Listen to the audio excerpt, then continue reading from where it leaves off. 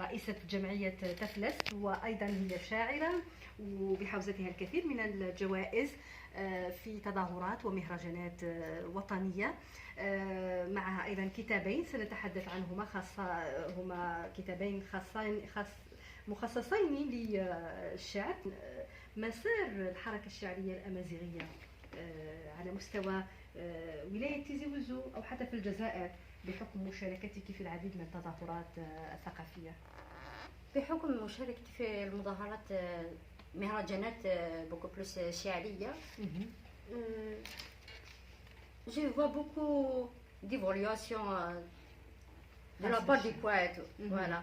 خاصة بالشعراء، كان بزاف شعراء ديال جان غير كما بداو والله يبارك جابوا للثقافة الأمازيغية إضافة. En généralement les poètes ils sont très cultivés. حقيقة نلقاو فيهم دي ميدسان، نلقى فيهم دي انجينيور، وثاني شعراء عندهم قلم شباب كيما يقولوا مبدع. وي مبدع. وتأثرتي بأعمال شعراء في مجال يعني الشعر الأمازيغي يوسف قاسي في القرن السابع عشر، كان سموح محمد، كان اسماعيل الزيكيو، فوالا كان البشيرة ملاح، يوسف والفقيه، وكان فيهم الكبير الشيخ محمد الحسين. وي داير جبت معايا ان بتي اكستري دان بويم الشيخ محمد الحسين، الله يبارك، باسكو لا بويزي تاع الشيخ محمد الحسين بوكو بليس بويزي كيما نقولوا تربي الاجيال. تربي الاجيال، جميل.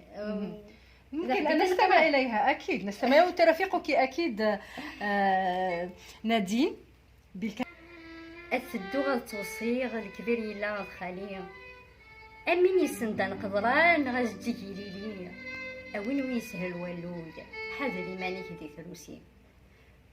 وهنا الشيخ محمد الحسين كان يهضر على الناس اللي تشوف روحها في العلالي ولا خير من الباقي، الغرور، فوالا الغرور كان بالك يسقط والا. نعم السقوط واعر، الصعود تدريجيا يعني. جميل. بالنسبة للأعمال التي قدمتها سيدة فهيمة، هناك تواصل مع فنانين ربما من أجل يعني تزويدهم بأشعارك؟ معنا جامي، معنا أيضا فنان محمد ومازيغ، هناك أسماء كثيرة في الغناء الأمازيغي القبائلي. هل هناك تواصل معهم من أجل تعاون مشترك؟ هذا العام خدمت مع زوج فنانين اللي نسلم عليهم، هزاك زعيم ونور الدين مسعودي، دايرين لي زالبوم تاعهم خرجوا هذا اليامات سيغ الماشي افيك لي زيديسيون تيشوزاوان. بصح قبل من هذا بديت كيما قالت لك جميل، بديت توجور في لاتوليي الورشات، فوالا ورشه دور الشباب عندها ايضا دور بيان سور، مي بوكو بليس انا بديت مع لا ميزون لا كولتور نتاع تيزي وزو بيان سور اللي نسلم عليهم، نحييهم. بيان سور لي زاسوسياسيون.